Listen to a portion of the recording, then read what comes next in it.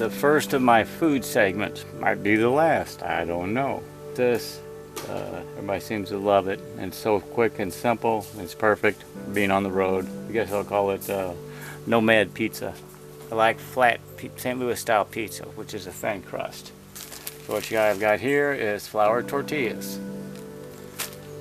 So how many were in this one? 10 count, I think it was $2. Classic tomato sauce. I'm not sponsored by these guys. Some you gotta watch out for, and most are pretty good. Cheese. And then topping. I'll talk a little bit more about the toppings in a little bit, but I pre-cook it all, put it in the refrigerator, and I've got it ready to go. What I use is Italian seasoning and oregano. So,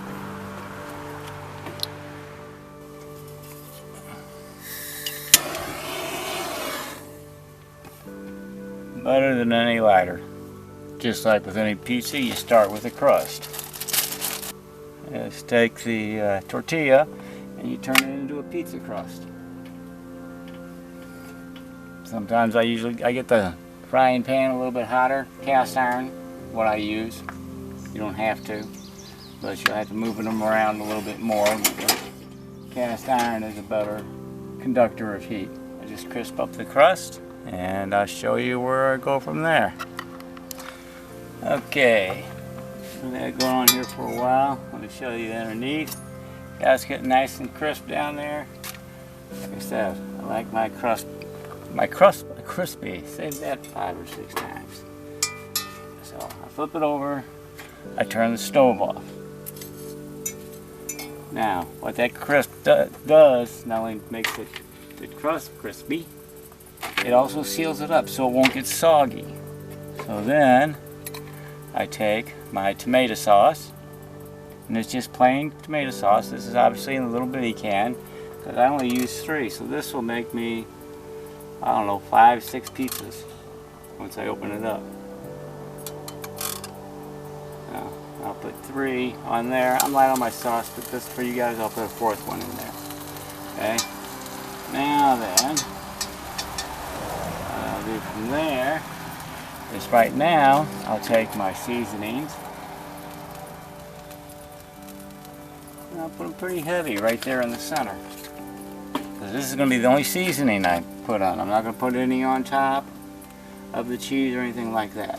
Just to show you. Let me see if you can see that good enough. Remember, I flipped it over, so now as I'm doing this, even though the stove is off, the bottom crust is still cooking, or starting to cook. Let me show you. Let me take it off the tripod. See, and that's the heaviest I've basically ever done on the sauce. But I don't take it to the edge. Don't need it to go to the edge. And as you see, all that seasoning I put on there, it's really not that much at all. Now then, like I said, you use any pizza sauce you want. The next thing is going to be meat toppings. Now, I'm big on pepperoni, but this gives you greasy pepperoni, so you'd have to pre-cook the pepperoni and strain it, everything like that. But what this is sausage and hamburger. I get a pound of sausage, a pound of hamburger. I cook them together in this skillet. Brings it up to about there, 2 pounds of meat.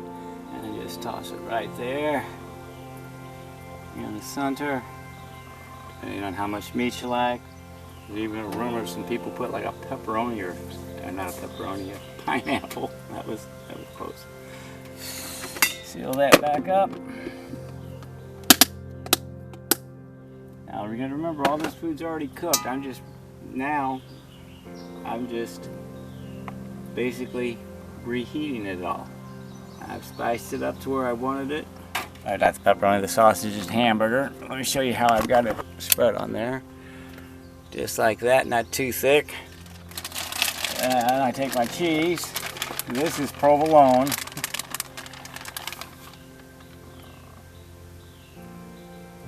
Which is a great piece of cheese, except for it's really hard to find outside of St. Louis. So, mozzarella, the Italian blend from one of the bigger cheese companies. those all work. My biggest mistake, which has always been a big mistake for me, is putting too much cheese on. There's a lot more on there than you realize. And you remember, that's still hot. So now, what I do, take this, my bigger plate, set that right on there like that. Even if you wait, make sure I'm centered on the fire. That's already pretty warm from the oven factor.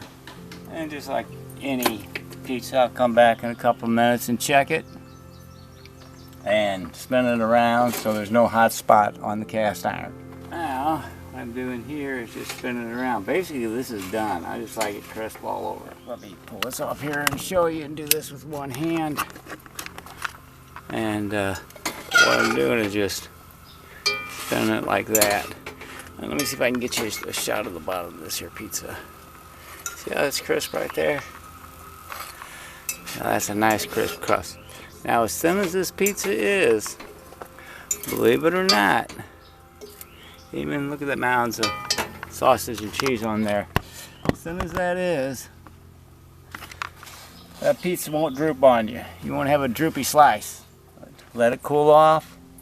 Cut her into slices however you prefer. Alrighty. What I do is I take this pan out from underneath there so I can cut it flat.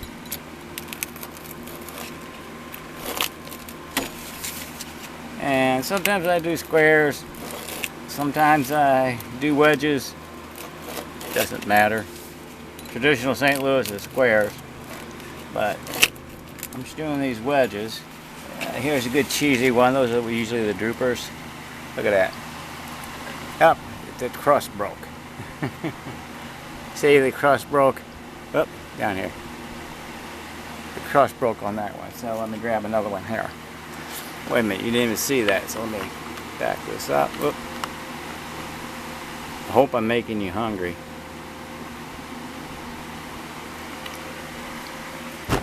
But, picking it up. See that? That's a crisp crust.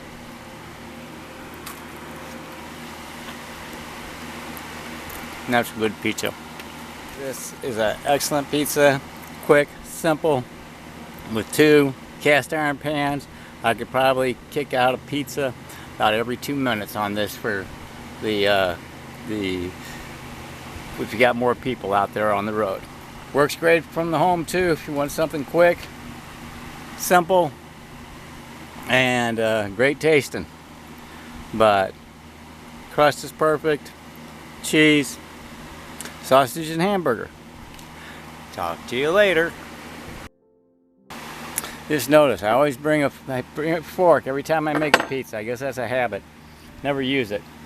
But if you have any questions about the pizza, leave a comment below. I'll answer anything I can. Please like, subscribe, and thank you for watching. Talk to you in the next one. Bye-bye. Pizza. Subscriber. Like. Please.